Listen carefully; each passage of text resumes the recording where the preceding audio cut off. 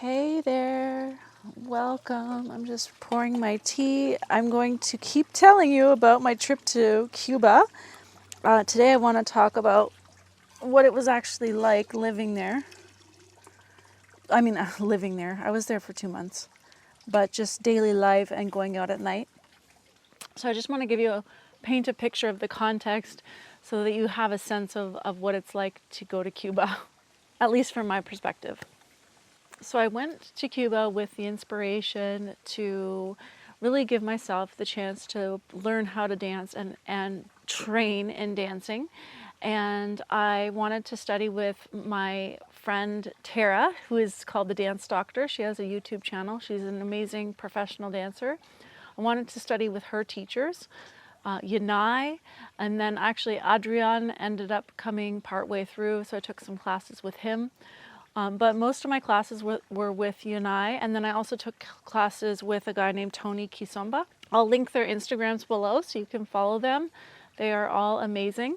And so I went daily to La Casa del Son, which is an amazing place to learn, where they have classes. And it was so cool because when I arrived, it turns out that there was an entire group from Ottawa, which is where I lived during the pandemic, and I knew so many of these people in the group, and they were all at La Casa del Son, and they were studying Rueda, and so it was so nice because it just happened that upon arrival to Havana, I had a whole bunch of friends there to welcome me, and that felt amazing, and was also a bit of a wink from the universe and a confirmation of the flow that I was in by choosing to go there.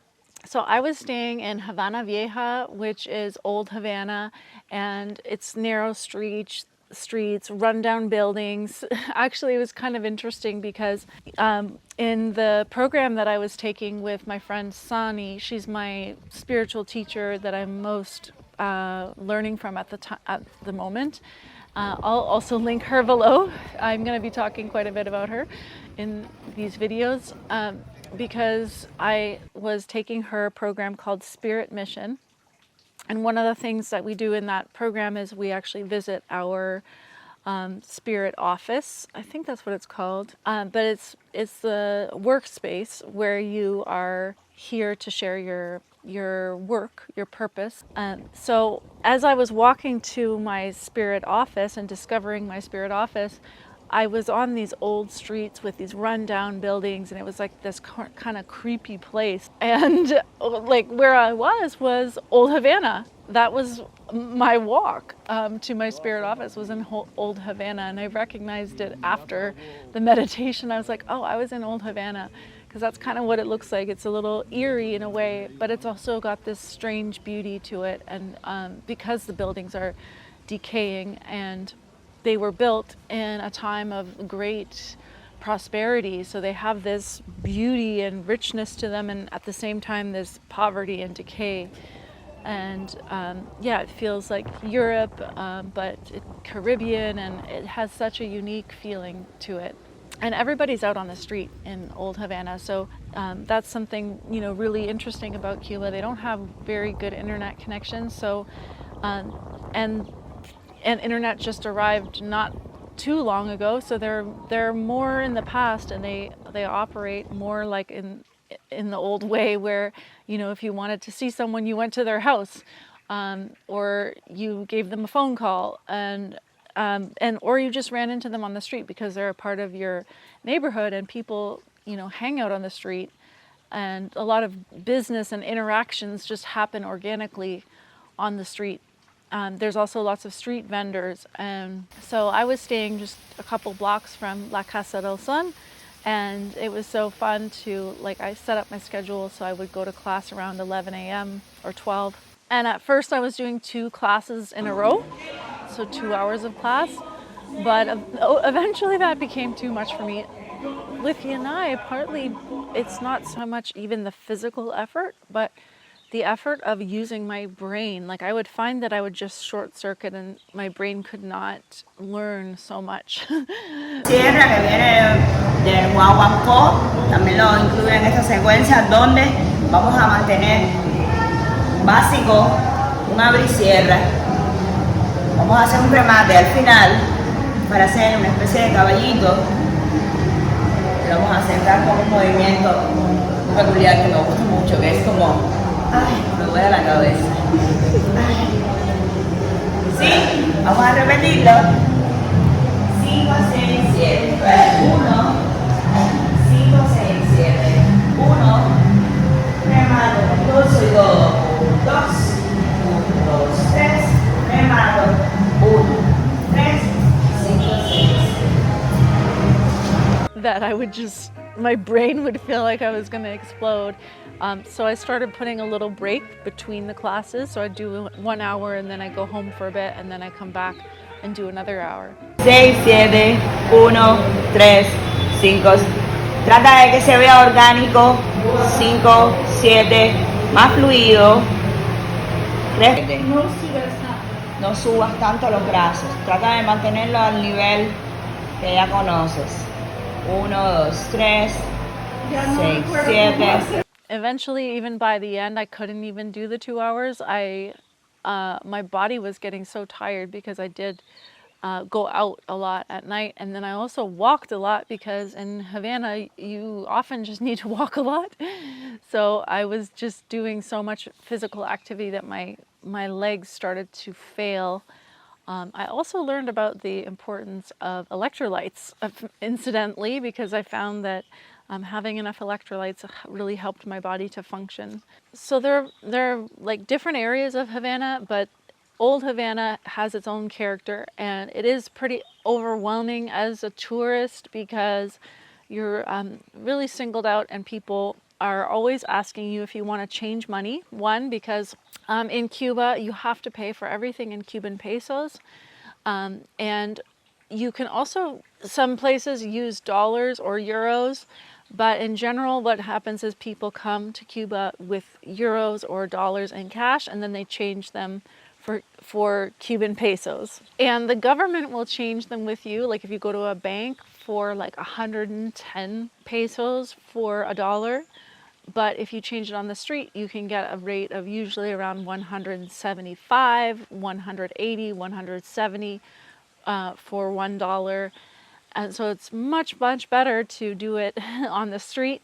And like if you, for example, went to take money out at the bank machine, you would get it at the rate of 110 pesos per dollar. But if you go on the street, it's 175, 180. So it really makes no sense to take money out of a cash machine in Cuba. It's much better to go with all the cash that you're going to need for your whole trip and then just change it as you go on the street. So, or with someone trustworthy. But that's one of the reasons why all the time when you go to Cuba, people will be asking you if you want to change money, because what they'll do is they'll get it at a slightly more favorable rate and then they will make a little bit of money for helping you out. I mean, if they're honest, I have heard that there's some fraud as well, like money that's not good. But I was always fine in that case because I just exchanged money with someone trustworthy and it was no big deal. But I did go down to Cuba with all the money that I would need for in cash. So I went down just under 2,000 US dollars. And so the length of my trip was just going to be however long it lasted, however long that I was able to make that money last, or if I decided to leave earlier for whatever reason. Also, people on the street will talk to you because the situation there is not that great, and so as a foreigner you offer potential opportunities for getting people out of the country, or helping them make money as a tour guide, or if their brother sells cigars, maybe you'll buy some. There's many different reasons someone might want to talk to you, and a lot of them having to do with how they can benefit from your money. So it does make you have a little bit of a guard up, I say, for me at least. But also, there's very friendly people. They just want to say hi. They actually literally want to know where you're from. That's one question you'll get asked often, like, where are you from? And one Cuban man helped me realize that oftentimes they really do genuinely just want to know where you're from because they're curious, and they don't get to travel. So they get to learn about the world by people visiting them and telling them what it's like on the outside. Yeah, in case you didn't know, people can't really leave Cuba easily at all. They can't just go traveling. They can't get a visa. Even if they want to and they have the money to, just the actual process of going and getting a visa is very complicated and difficult. So it's one way people get to learn about the world is by having conversations with people. So there is a real friendliness, and then also, particularly as a woman, the men will just truly want to admire your beauty and tell you how wonderful you are, like all the time, which is so nice. And so there's that as well. So, but in general, it's just a lot of attention coming at you as you walk down the streets in Old Havana, especially.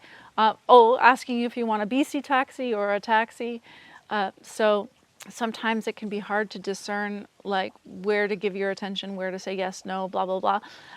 One of the things I learned in my time there was eventually just to really keep my energy to myself, and I mostly walked around with earphones and didn't answer to anyone, or I just, if anyone was wanting my energy for their own interest, I just didn't respond. I just ignored them.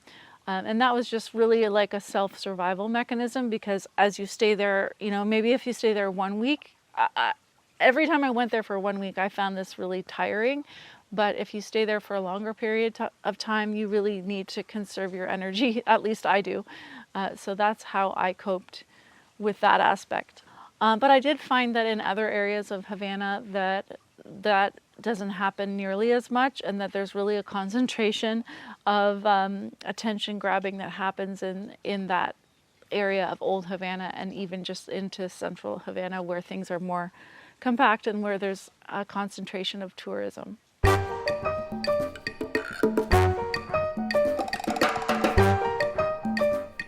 So I want to talk about la farandula. This is a word that I learned from my friend Yosmare, who taught me that la farandula is this special name to describe the dance scene and all the people who go out watching the live concerts and go out dancing all the time.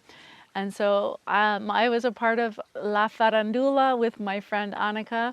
So we were always on the pulse of where there was some of the amazing bands playing, and eventually what I really realized is like the amazing music that I love and listen to in salsa. Like, these are bands that right now exist, and they are playing live concerts on the regular in Havana, and it is unbelievable to be there in person and just get to see these amazing bands playing your favorite songs that you begin to know the lyrics to and understand the meaning of, and that it's like all this live music happening now that's current, and all the bands you love. Like, I don't know if I can explain this sufficiently to describe how amazing it is. It's like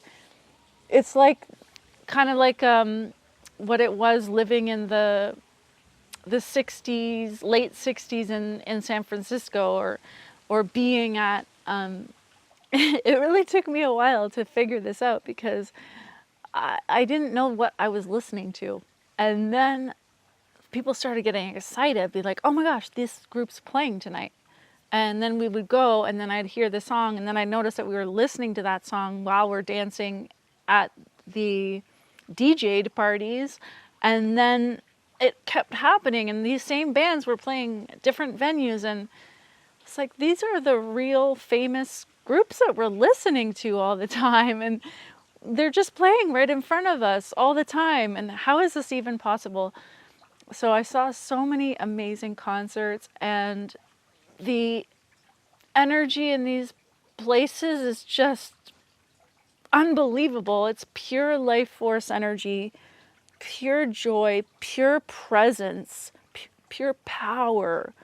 Like, and everybody's feeling it, and then they're not just, it's not just like a party, normal, like from my world, Canada, where people are dancing and enjoying the music. It's like, no, they're actually really skilled physical experts in this dance, and it's like being at a dance with Olympian athletes who are doing their Olympics. It's like the skill and the physicality and the music and the talent, like all at the same time. It's truly mind-blowing, and I keep saying I think that Cuba is the most sacredly alive place on the planet, and that Cubans are the most embodied humans on the planet, and they're just so physically incredible what they're able to do and how they're able to move,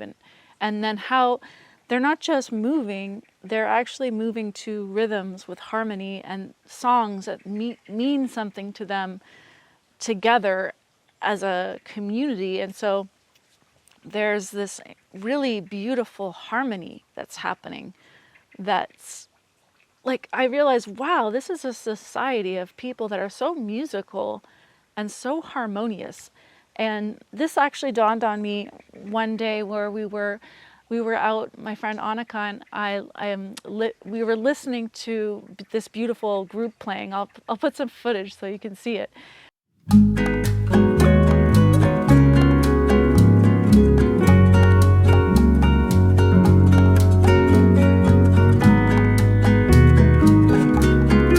But I was watching each person play, and you know, when you're in a band and you're playing an instrument, if you're playing it too loudly, you start to overtake other people. If you're playing it too softly, you're not really contributing to the whole. So the harmony is in finding that real sweet spot where you're just grooving with everybody else, and you're giving enough, but you're not taking up too much space. And this is harmony. This is a fine-tuned sense of energy. Cubans really have this sense fine-tuned of energetics. Like they watch you. They know if you're someone who's gonna fall for like a really high price on something. They're just super fine-tuned in their energetic awareness. And I think it does come partly from this musicality that's so ingrained. And it did end up being one of the lessons that I received in my dancing, was about not giving more energy than what I'm receiving, and really matching and being in harmony with my partners.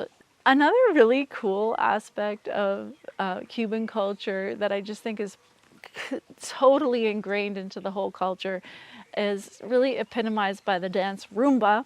Rumba is a very unique dance to Cuba. I mean, I'm not going to give you a whole history lesson because I don't really know enough to speak on it with authority. But the essence of what I'll share is that it's a dance where the man is trying to woo the woman, and he's really making advances at her vagina. He's actually, like, at times just putting his hand right towards her vagina, and then she's, you know, blocking him. It's called a vacuna. So I'm just blocking like this, and she's actually blocking. And it's a whole dance where they're moving around and like coming apart, coming together, and the man is showing off how amazing he is, how physical he is, and then trying to get the woman. And this flirtation dynamic and this real sexuality is really just built into the whole culture of how people operate and how people see the world. And so there's this real sexuality built into the whole culture, and it's really normal. So there's this sense like it's no big deal. You know, this actually is something that came through in my dance. What I learned in my dancing is, like, you know, we learn in Canada, it's like such a big deal to be sensual. If you're being sensual on the dance floor, like, it means something with your partner. But in Cuba, it doesn't mean anything. You're just being a human who's a sexual being. I mean, we're all sexual. Everybody. We're all sexual beings. And it's normal that we're just being sensual, sexual beings all the time, on the street. on the dance floor, in the supermarket. This is just how we are as humans. So it's just really inbuilt into their culture, which I found so liberating and really funny as well. Some of the ways that people talk and show up is, I think, really shown in this dance Roomba. Sorry, I just needed to move. But yeah, I think that's really crazy in contrast to Canada, which I would consider like a mostly non-sexual society, like where sexuality is just non-existent. It's not existing as a daily expressed, common, normal aspect of daily life, especially in the winter. Just normal. So it really is a complete rewiring for someone who grew up in Canada. And from a human design perspective, I think for me, having channel 59.6 and the gate of sexuality being my design sun, that it's really refreshing to have that be normalized so much. Okay, refreshing is not the right word.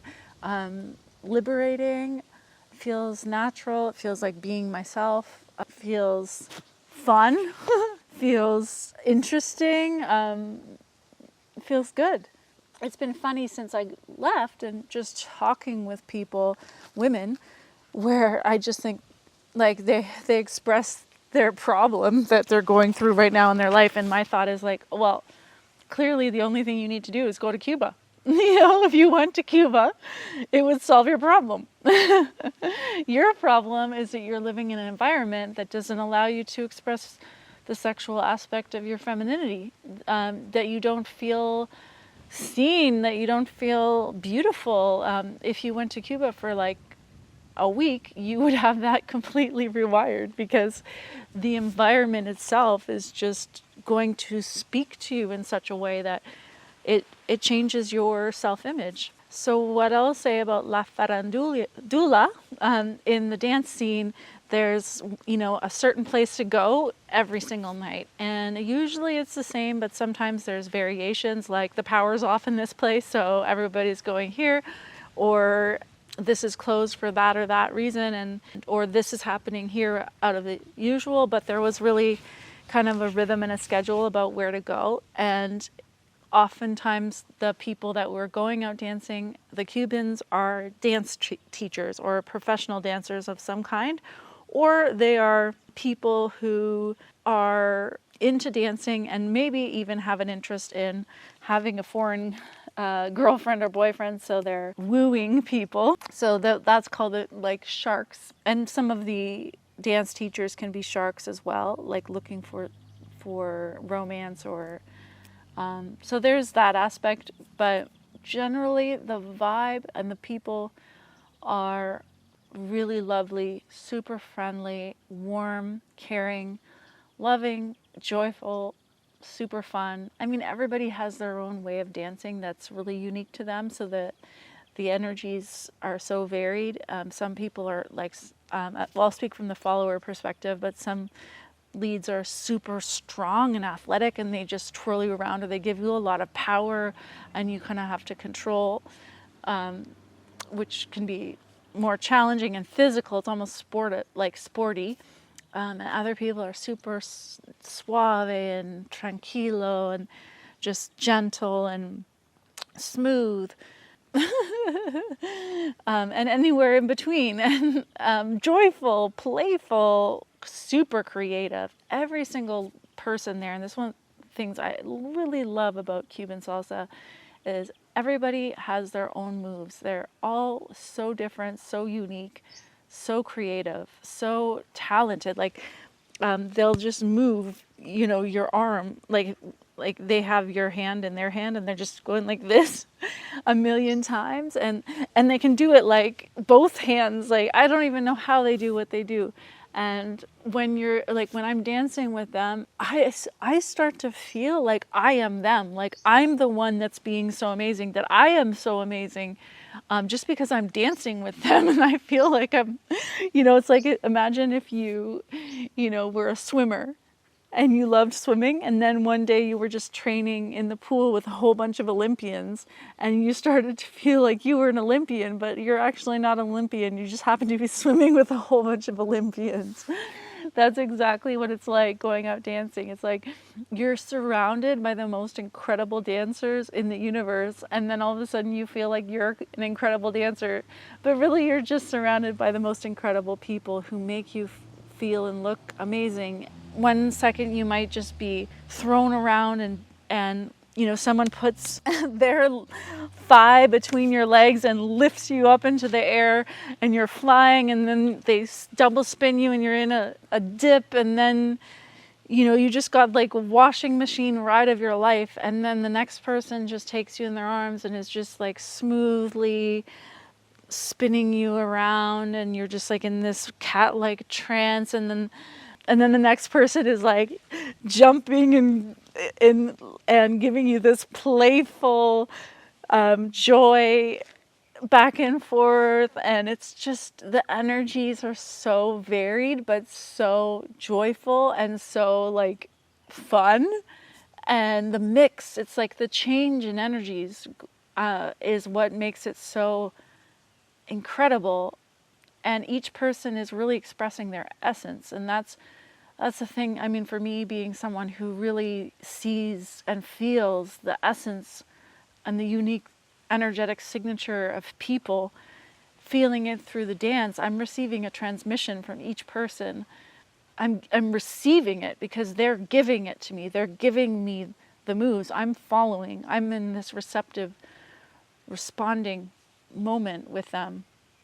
And unbelievable. There's no words to describe the experience of this, but it is pure joy, and it is so alive and so free, and it just keeps getting better. And that's the cool part, because as you dance with these same people over time, there's a getting used to each other that happens, and more and more and more and more and more can unfold from that. It doesn't get less, it actually gets more, because there's more comfort, more familiarity, and then more love as well, because I develop friendships with all these people, and so there's just such a sweetness to that. You know, like sometimes I wouldn't see someone for a couple weeks and you'd wonder where they went, and then when you get to see them again, it's like, oh my gosh, it's so exciting, we get to dance. And I'm so grateful for all the preparation that I did to become at a certain level where I can actually really, really enjoy the dancing. And at the same time, it's so sweet to see the spirit, because even someone new who comes and doesn't even know anything about salsa, these same people who are like Olympians are wanting to teach you the basic step, most of them wanting to get you out on the dance floor, wanting you to experience this and be infected by this joy, and like they just truly want to share it with you, and a lot of them. And so it's just it's really so beautiful, and it's such a blessing. And I really tried throughout my experience there to like individually impress upon the people there how truly amazing they are, and how gifted, and how much they're giving, and like how much they're bestowing on myself and so many others, like how generous they are, because it's hard, I think, for them to really understand how magical they are relative to the rest of the world, because many of them haven't gone out of Cuba, but the ones that have, I think, really learn quickly how much of a gift they are. I think what I'd like to leave on is that because of my design, you know, I have the right angle cross of the sleeping phoenix, which is 34, gate 34, the gate of power in the now, with gate 20, so the channel of charisma, which is the most powerful channel in human design, sacral life force in the now. So I feel like Cuba is a place of sacral life force in the now, and it's also gate 59 and gate 55. Gate 59, the gate of sexuality, and gate 55, which is spirit, an abundance of spirit. And because, it just makes me emotional. Cubans live with a lot of lack and limitations. If you want toilet paper, it's not always going to be straightforward that you can just go to the store and buy toilet paper, because it just might not be any. So you might have to go to many different stores to find toilet paper, and then you might not be able to afford it. There may not be the things that you want to have. They don't exist in Cuba. You can't get them. So there's this lack. But at the same time, there's this spirit, and there's an abundance of spirit, because what do people do when the answer is no? When you can't have it, when there's nothing to get. You can get disappointed, you can get defeated, or you can tap into something bigger inside, God. You can tap into intuition, you can tap into truth and live by virtue. And I think that this is something that Cubans have done through history, managed to tap into a lot of virtues and pass on a lot of virtues, rather than living in the flip side and the negative of the lack. Not to say there isn't that as well, there is, but I think one of the things that I think is I'm most deeply touched by is the spirit that exists in Cuba. When there's not enough, they cooperate, they work together, they support, they help, they give. If you're in an interaction, and like with so many people, I found the moment that I didn't want to go ahead with, like, let's say a sales transaction, there was a non-attachment. It was like, oh, okay,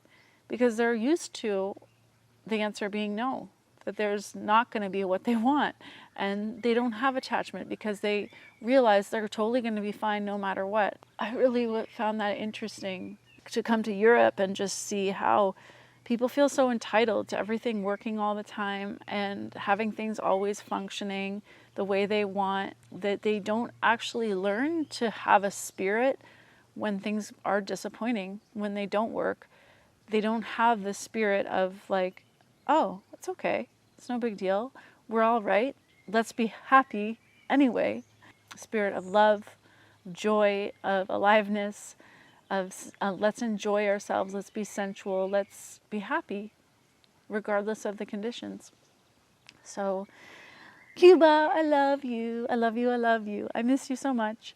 To those of you who commented on my last video and who really kind of encouraged me to make this kind of content where I share about my actual life experiences, because I don't usually do this, but after I felt compelled to just share about my journey in Cuba, and after reading your comments, I'm excited to share with you. So you did encourage me, and I'd love to hear what you think, and I really appreciate your comments. So thank you so much, and I will see you again soon here on my channel.